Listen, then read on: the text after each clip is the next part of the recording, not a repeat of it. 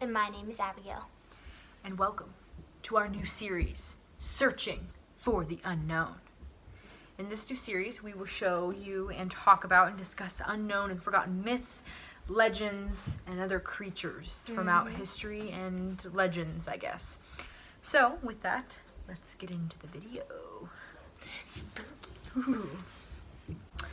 Okay, Abby, what do you think of when you think of Christmas or holidays? I think of sitting around a Christmas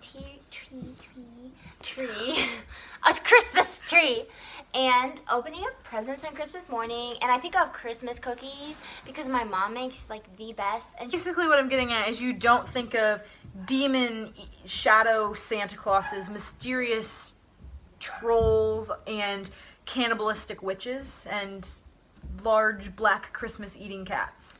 Typically, no, but I guess if that's what you think of, that's okay too.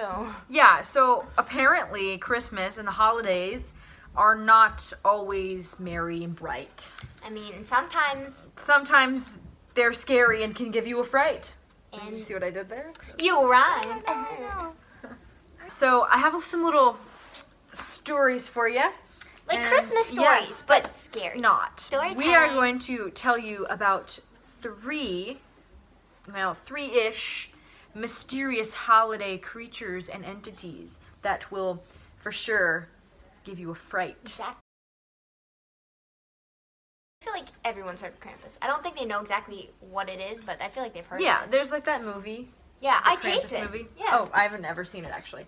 Recorded. Okay, well, I've never seen the movie. Most people don't think about a mangled, black, deranged, half goat, half demon Half with goat? bloodshot eyes and curly black horns landing up on their...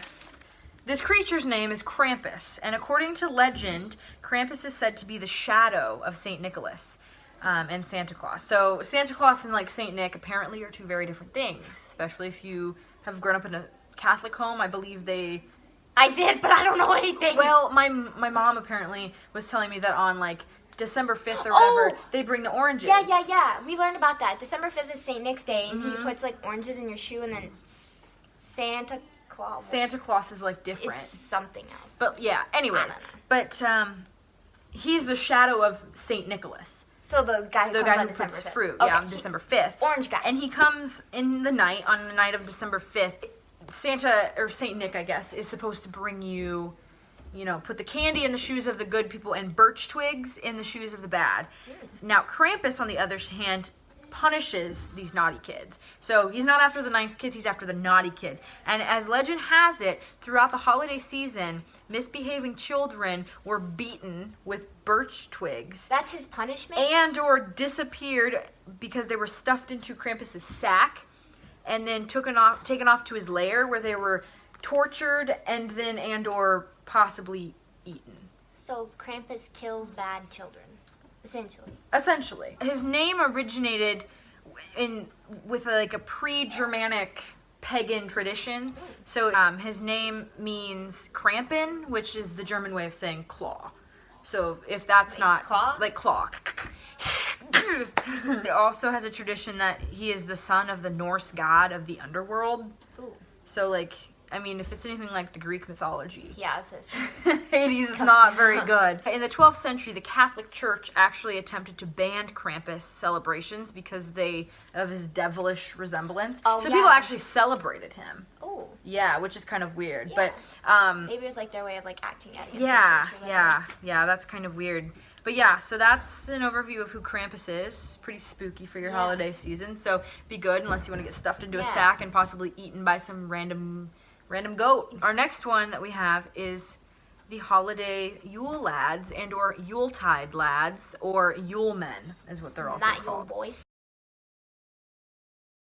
So these are from Icelandic folklore. So the Yuletide lads are very interesting. They're mischievous little creatures that they don't really hurt anybody. That's good. Essentially, Unlike Krampus. they're kind of like, I don't know, I've compared them to like the Snow White and the Seven Dwarfs, like the dwarves, because they each have like their own personality. That's kind of cool. Yeah, Actually. yeah. There's 13 of them. Interesting number. So I don't have all of them written down because I couldn't find a couple of them. But essentially, according to the Smithsonian Museum, which, true guys, the Smithsonian, They know their stuff. The Smithsonian, they say that some of the 13, their names are very interesting. They have personalities attached to their names. So one of them is the spoon licker, who licks spoons. Wow, The he pot smells it. scraper, aka pot licker, who steals unwashed pans and licks them clean.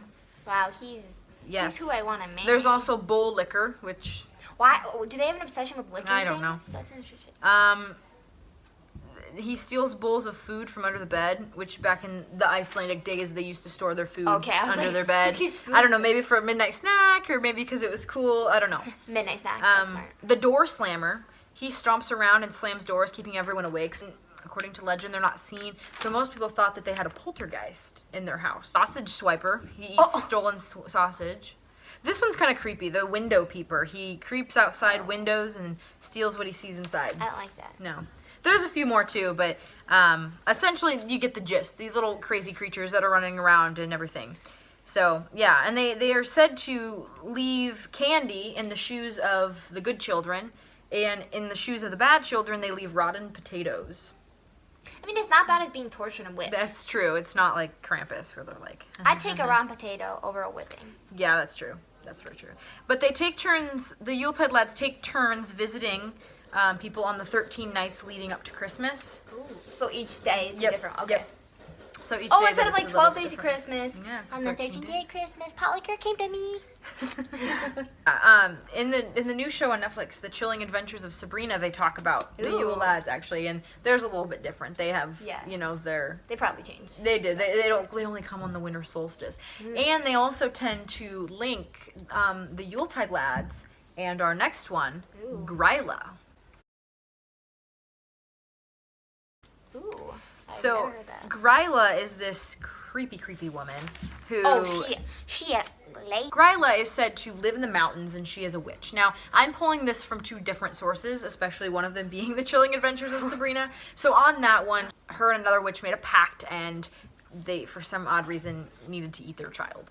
Oh, So how she fun. actually went through with it and ate her child. Don't know what it is with witches and cannibalism, but do what you gotta do. Just don't eat people. Please. Um, Try an orange. Please. So yeah, so she ate her child, and she was like, "Well, crap, I ate my child." She felt really bad about it. Her friend witch didn't eat their child, so she was like, "Okay, I don't like you. Bye." So she fled up to the mountains, and apparently she was looking to replace her child forever. And then they link her with the Yule lads and say that she was trying to find refuge by taking in the Yule lads, and Okay. she was in charge of them. Got But in all realistic, she is just some creepy person that comes down from the mountains and essentially on Christmas finds children and boils them alive. Again, cannibalistic. I think she beats the other two. Yeah, I think she does too. And you know, there's not a whole lot about her other than the fact that she comes down from the mountains and boils children and eats them alive. Do we know what mountain range she lives in? I think it was Iceland still. Okay, that's good. I So- think it was so not here. the Icelandic mythology kind of stuff. Either way, it's in Europe or Iceland or somewhere in that area I'm over glad. there. Yeah. Glad I don't live there. Yeah. So Gryla is not a very nice person. Let us know if you like this topic, if you want us to keep doing more research and finding out different creatures that we can talk about. Yes, and make sure that you stay tuned because we have a couple other ones coming in the new year that we're very excited for. Leave in our comments down below which creatures and which things that you would like us to see. Ready? We'll see ya. Until next time, be safe, Be good. be good.